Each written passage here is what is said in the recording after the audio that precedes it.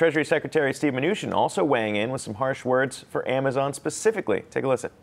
If you look at Amazon, although there's certain benefits to it, they've destroyed the retail industry across the United States. So there's no question they've limited competition. There's areas where they've really hurt small businesses. So I don't think this is a one-size-fits-all. And I don't have an opinion going in other than I think it's absolutely right that the Attorney General is looking into these issues. All right, so there you go. Che, you've got an online retail business as well, and you just hired an executive from Amazon. So what are your thoughts on that? My first thought was like, what planet are we living on where Elizabeth Warren and Trump agree on the same thing, you know?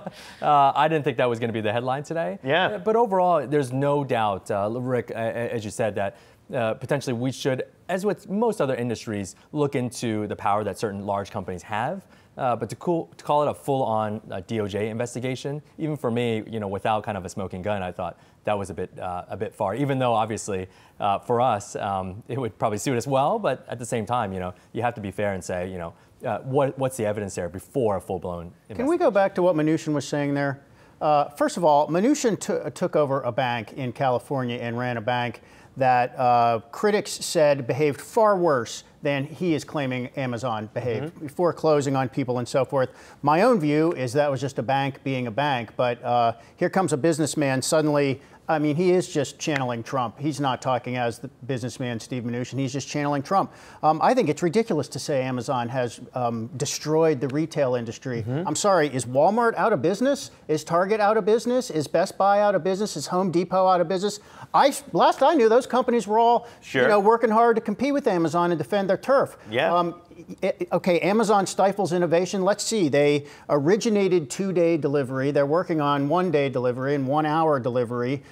They came up with the concept of you pay one fee and you get free shipping all year long. I'm sorry, how is that stifling innovation? That is innovation. That would be the pushback from tech companies. If you think Amazon's breaking the law, then prosecute them for breaking the law. Sure. But I mean, this is ridiculous. Yeah, I mean, when it comes to the big tech companies, it's like usually it's innocent until proven guilty. But in their case, it's like people think they're guilty no matter what, especially with what President Trump has been saying. When it comes to Google, his issue with their search engine is that the articles that come up are negative when it comes to him. And that has prompted an antitrust inquiry. When it comes to social media. As you said, what planet are we living on? Yeah, absolutely. When it comes to social media, he's like, the opinions are they're against conservatives. So that's the issue there. So no matter what the DOJ comes out with, people are definitely going to say, well, you know what?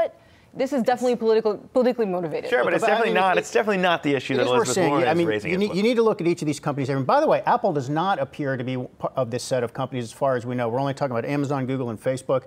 Amazon is not a monopoly. Their market share is nowhere near a monopoly. Google actually is close to a monopoly. But one problem you have with Google is it's free. It's a free service. And normally the problem with monopolies is once you control the whole market, then you jack up prices and you really have consumers over a barrel. How do you make that argument when the service is free? It's possible there could be abuses. We know this is all about data, but I think that's part of what this so-called inquiry is meant to determine is how can you have such a thing as a monopoly that harms consumers for a product that's free?